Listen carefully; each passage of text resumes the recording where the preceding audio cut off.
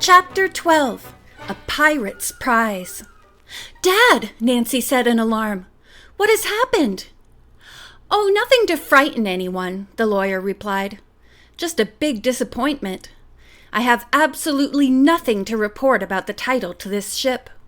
I studied every record I could get hold of, visited shipbuilding companies and libraries, even talked to old seamen.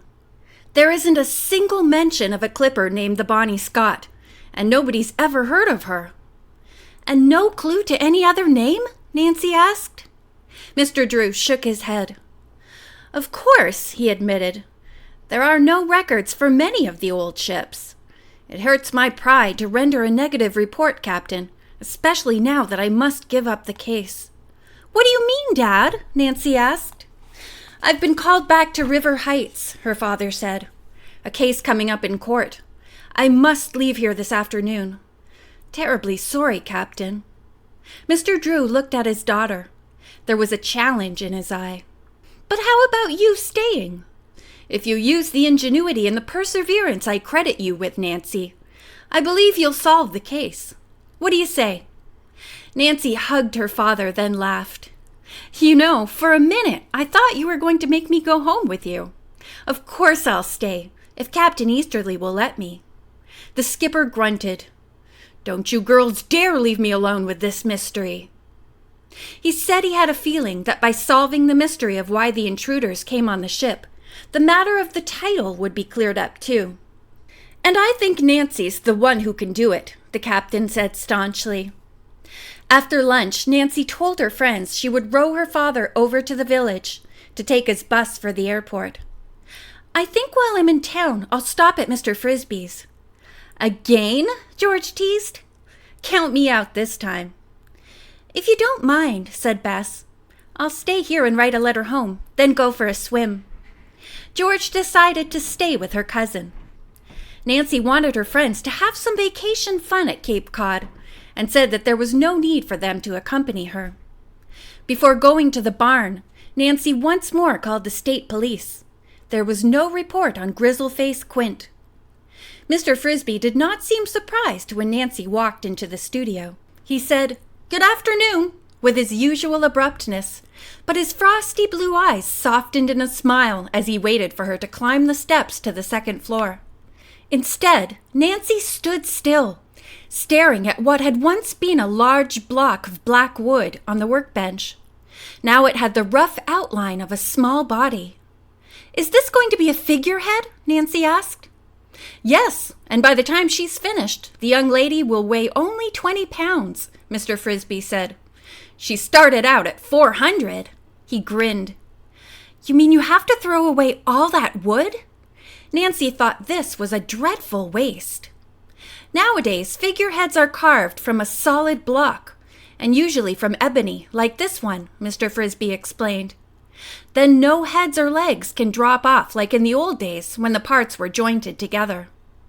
The sculptor said even hardwoods like oak were not as durable as ebony, and in his work he would use nothing but the best. "After all, I'm creating a beautiful young lady," he said. Nancy chuckled as she left to go upstairs.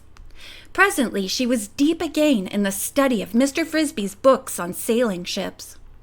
Suddenly, a new thought struck her. Perhaps the initials PR stood for a person instead of a ship. If the design carved on the snuff box were a ship's figurehead, couldn't the PR refer to the ship's master? Eagerly, the young detective began looking for the names of captains whose initials were PR. She would pay special attention to ships whose fates were unknown. This new lead had some exciting results. She learned from one of the books, which looked as if it had been through many a hurricane, about a vessel named the Dream of Melissa. The clipper was on her way home to Provincetown from Bombay, under the command of Captain Perry Rogers. When last seen, she had been heading for Sunda Strait, between Java and Sumatra. No one knew what had happened to the Dream of Melissa. She had simply disappeared. So far as was known, no trace of the ship or cargo had ever been found. Neither captain nor crew had ever been heard from again. Nancy's eyes were bright with excitement. The Melissa's captain, Perry Rogers, had the initials PR. The snuff box could have been his. The figure on it was a dreamy-faced woman. She might well be the Melissa of the ship's name. The Dream of Melissa had carried a costly cargo of rugs, silks, and perfumes. Surely a pirate's prize, Nancy reflected. Captain Easterly had told her that the clippers sailing to and from the Far East had often been attacked by pirates. He had even mentioned that the islands off Java were a favorite hideout for these sea gangsters. Perhaps, Nancy thought excitedly, pirates had seized the Dream of Melissa. If they intended to keep the ship, of course they would have to change her name. And naturally they would get rid of the figurehead. It was too good a clue to the ship's identity. Nancy closed the book. The Bonny Scot, she told herself, may really be the Dream of Melissa.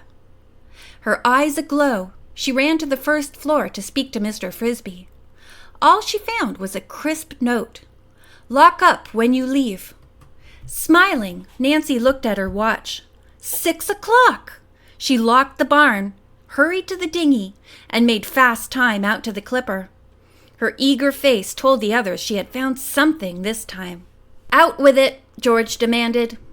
After Nancy had told her story, Bess shivered. My goodness, to think I may have been sleeping in some pirate's bunk! Those stowaways may know about the pirates and think there's hidden loot on board, George added. Now just a minute, girls, Captain Easterly spoke up. Seems to me you're jumping to conclusions. In the morning, we'll make plans for tracking down this dream ship of yours, Nancy, he said. No more work tonight. But Nancy could not get the Dream of Melissa out of her mind. She lay awake, wondering if the Bonny Scot could have borne that other name. If it had been captured by pirates, what had happened to Captain Perry Rogers? Was it to his mate Grizzleface had referred? Such exciting thoughts kept Nancy wide awake until after midnight.